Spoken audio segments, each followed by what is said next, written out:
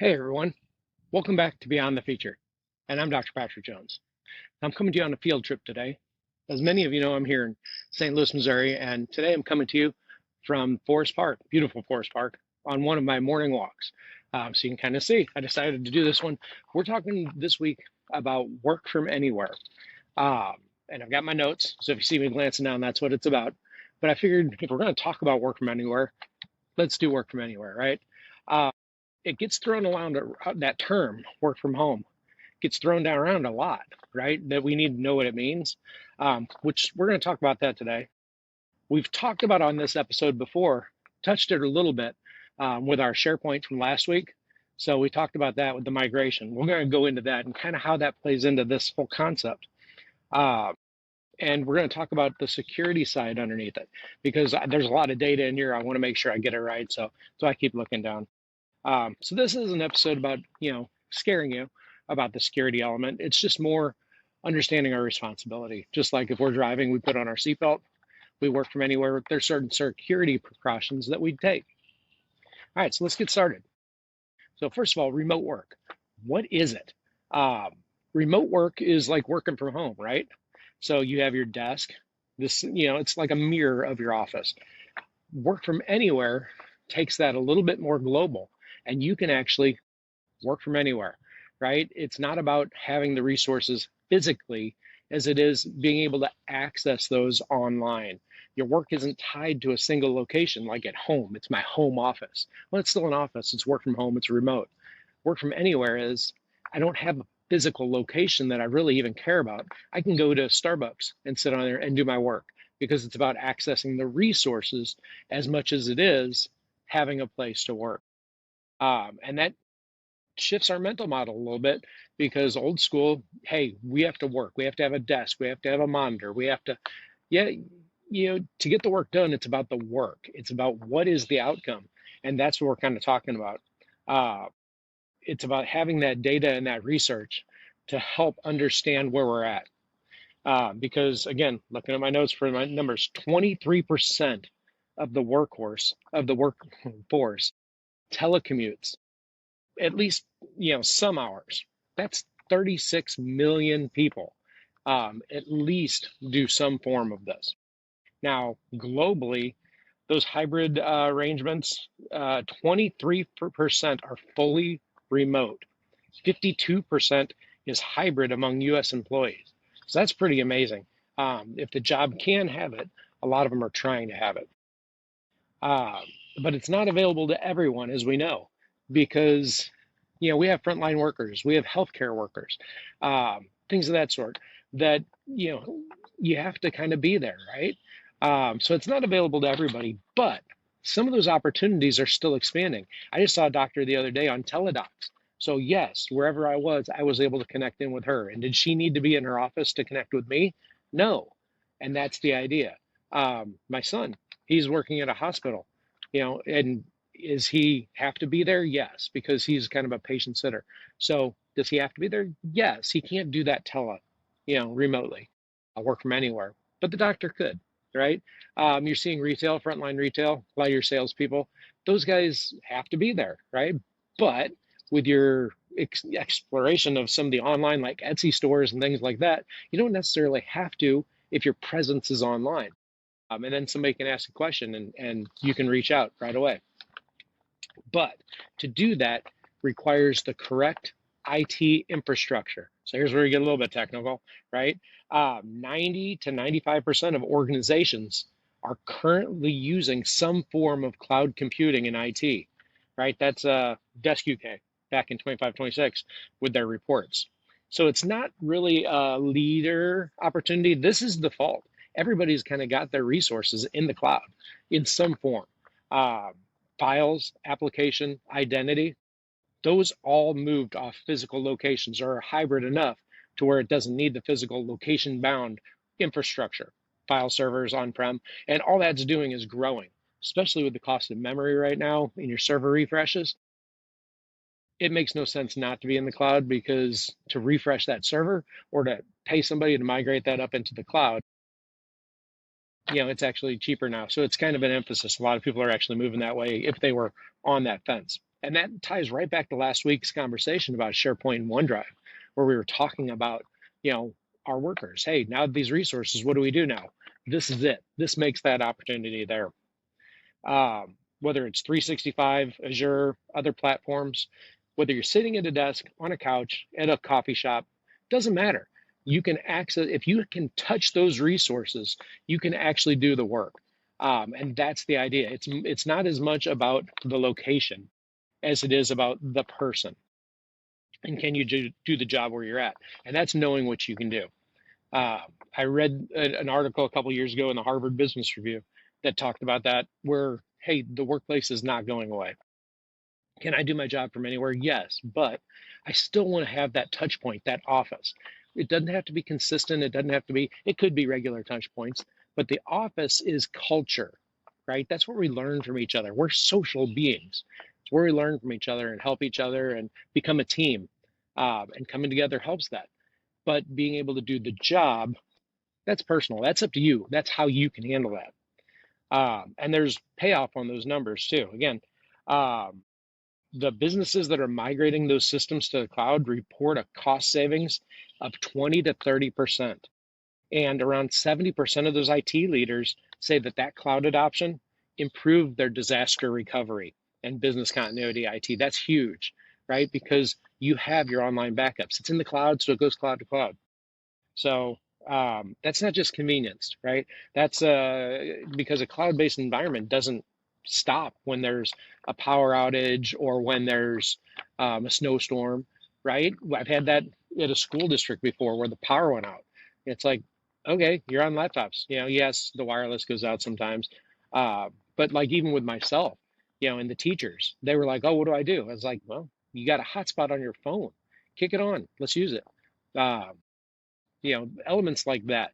I do that all the time with my hotspot. If I don't have power and power goes out at home, kick on the phone, right? You have internet because your cell signal, unless that infrastructure globally goes down or locally and that sort, you can still do your job. And if that goes down, you got bigger problems. Study cited across multiple remote workplaces, roughly 13% productivity boost tied to having the remote or hybrid arrangements, fewer distractions, less time lost in commuting, you know, things like that. So it's not really a power decision so much as it is a policy decision that an employer shouldn't really make in a vacuum. Um, it's all about coordinating with flexibility as the visible benefit. Uh, and that infrastructure just makes that opportunity real. Now, it's not just the benefit for our people, it's also for the organizations. It's time and energy given back, right? We just talked about the commute time. You eliminate that, you reduce that time in a person's day where they're, and you give it back to them. And they can be productive during that. It's autonomy over environment. It's not like authority saying you have to be here. It's autonomy. Do the job. Here, what are your goals? Can you get it done? Here are the resources to get that done. And if you have to be in to do it, you have to. Sometimes I have to be in to do things. So I go in. It's work from anywhere, wherever it works. Movement throughout the day rather than being a fixed chair, a one room or one building. So beneficial. And then there's the talent and retention, right? That's a huge one for our HR folks. 87% of candidates prefer roles with remote options, not that are remote, but have remote options. 60% of them weigh that flexibility as heavily as salary decisions. That's how important it is for recruiting our talent. It's a competitive hiring factor. I know one of my other sons just got a job and they're hybrid. Goes into the office some days because he has to have that culture, that team, but he has the flexibility to work wherever, whenever. Just got back from a trip in San Francisco. Still works out there, right? It's work from anywhere. So 88% of executives even say that managing that hybrid or remote team would not enforce a full return to the office because they enjoy being able to manage that way. That took a shift. That took a shift in our management because that's not the normal practices, especially that they learn. Um, so it's one that they've had to grow in how to manage, how to create those structures to keep that team together. That's the management's role, is to keep that team together and work strong. So now We talked about the security element of it, right? We drive that car, we have to put on our seatbelt. Well, if we're going to have work from anywhere, right, our data has to be reachable from anywhere. But that's why it makes that target to a lot of people that are trying to steal that data. So convenience and risk, right? Two sides of the same coin. Now, public Wi-Fi. This is the most common because if you go to your Starbucks and you decide to hook onto their Wi-Fi, if you go to the airport and you hook onto their Wi-Fi, understand that everybody else that's hooking into that public Wi-Fi can see that data in transit, right? They can see your phone, and with the correct tools, they can access your resources. So that's why it's real important that organizations have VPN set up specifically to focus that, so nobody can kind of hijack any of that data as it's going. 51% of people, of organizations, cite that as their top reason for protecting against Wi-Fi is having that VPN, right? Uh, those unsecured networks like that, someone can jump on there and just see that. So that encryption matters. Whether you're working in Microsoft 365's environment that's encrypted, right? That helps. Your VPN helps. Your own encryption channels, that helps. Uh, Again, I use my hotspot, so that keeps me off those public Wi-Fi's. Uh, Sometimes you have to, right? If you're in a place that doesn't have a strong cell signal, but they do have public Wi-Fi, you got to jump onto it. And that's when you realize what you're doing on there, right? And understand how you're going to manage that data and what you're going to manage on there. 86 to 93% of large enterprises now rely on VPNs or secure access tools for their workplace. Now, that's a standard practice. That's right now. 86 to 93% have it right now. But here's the thing, VPNs are not magic without their own risks. Verizon found that there's a lot of exploitation of those VPN credentials because sometimes those credentials were stolen and available. So you want to make sure that you keep your credentials, that's your keys. You need to make sure you keep those protected. But that's why a lot of our IT folks are going into the zero trust framework. Zero trust. Hey, yes, you as a worker, do what you need to do, how you need to do it, where you need to do it. But me as an IT staff, I have to protect my organization. So zero tolerance. I'm going to make sure that you identify who you are, where you are, what you are, before you even touch the network, right? So it's both sides. The worker has responsibilities, but the IT staff, that's why they put up a lot of those gates and those walls to get through. So I have to use my key fob to be able to get in the door, or I have to use my YubiKey to access my computer. Without that, the organization doesn't know who I am. The system doesn't know who I am. So I put that in there. I'm verified. I'm trusted in a sense. But then it's also what level of use do you need, right? So yes, you get the lowest level of access that you can get.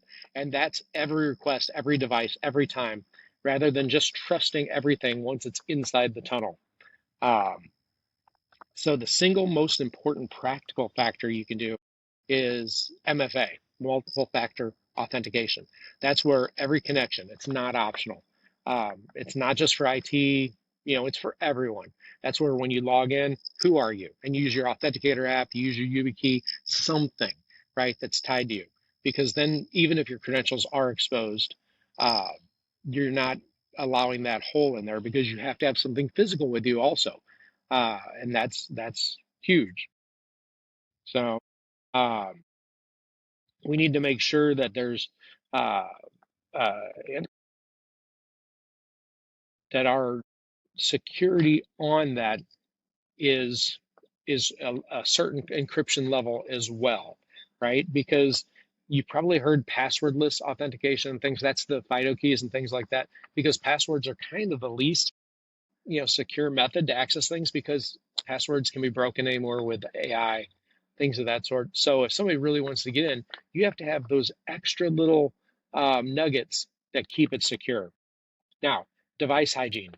We're not using a personal device or a family device when we're using it for work because it needs to be managed by the IT organization so that they can understand that that device, has the ability, the to security to make sure that we're there, the compliance level on it to make sure that they can trust the device, not just the person, but the device.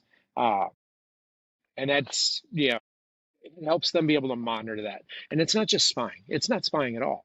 It's just verifying that that device is not compromised, that it meets all the criteria so that if you do access the company data, it's not a hole. It's not, compromised. But none of this means you can't work from anywhere. You have those tools. They're already right there. I set them up with people all the time, doing it right now. Uh, but it's one of those where you have to understand that there's responsibility. With great power comes great responsibility. Spider-Man comes on next week. All right. So if you have those company sanctioned tools, VPN, 365 with the authentication, um, don't use the workaround. Don't try to fake workarounds, right? Treat those prompts as a feature to allow you to have that opportunity to work from anywhere. It's not an annoyance. Be conscious of what's on your screen too. Forgot to mention that when you're at Starbucks, if you're doing something that is confidential, make sure there's nobody behind who can see your information, like a teledoc sort of thing. That doctor's going to work in a private area where it's quiet and secure, nobody can overhear anything. Make sure you understand that, right? That's not just for doctors. That's for everybody with company employees and with data for their company. So nothing gets kind of leaked. Organizations that work from anywhere policy and security policy should be designed together, right? That's not a top down and it's not a bottom up. You guys need to come together and talk about the policy, what works, and have that understanding of if we can make this work, we need these security elements to do it. But once those are in place, I can be in the middle of Forest Park connecting in and doing my work if I need to. I can be, hit while I'm on a walk and be able to jump in and join into a conversation because I understand I'm on a secure network. I'm working from anywhere. I have wireless and a beautiful day. And that'll kind of lead us into next week's podcast also with the architecture of awe. That's a fun one. So come back next week and you'll kind of like that one. It ties in with this, right? That this is the base for something of that sort, and that takes it to a little bit different level. I might be pushing the boundaries on the beyond the feature with that one because it's not as much about features, but it does tie back to our personal productivity like this and being able to do that. Now, remember, work from anywhere isn't an IT perk that you just turn on. It's an operating model that requires cloud infrastructure, a security posture, strong security posture, and a cultural trust to be able to work together. That's the important thing, working together to be able to accomplish our job. And where you can accomplish it is the goal of the worker, right? If I can accomplish it wherever I'm at, there's some places that are better than others. All right. So for the workers out there, check that your MFA is on. Don't be upset that you have to authenticate it every time. I know you are. It takes up a minute, but you'd rather do that than be shut down for a breach violation. Notice what connections you're on when you go out. Don't just connect to a Wi-Fi network because there's a Wi-Fi network, because everybody else that's there is connecting onto it has the same kind of access. If you have those tools, you can see their computers too. So be careful when you're doing that. And if you do it, don't do anything that is going to compromise your office, right? Um, and make sure you know what you're doing before you have anything sensitive on. Now, for your leaders out there, uh, ask your team if someone on our team connected from a hotel Wi-Fi tonight, are we actually protected? Right? Those are the kind of scripts that when I used to sit around with my IT team, we'd talk about. We'd hypothesize. If somebody did this, what would we do? How do we have that? So we can anticipate as much as we can. That's our job. I was working with a customer the other day who was anticipating. The department he was talking about hasn't even approached him about this question. And he's sitting there saying, hey, how do we secure this? How do we make sure that Purview can see this? Or how do we make sure that this data, the policy says it can't be sent? How can we ensure that it's not sent? And if there is an internal affairs investigation, how can we audit it? It hasn't happened yet. He's speculating. And that's what makes a great IT leader, is being able to just ask those questions of your team and let your team come together and work together on that one. Listen carefully to how that answer is formulated too, because that'll tell you where your holes are. You have to be honest about it. And that's what you then address. Now, as you guys know, this is beyond the feature.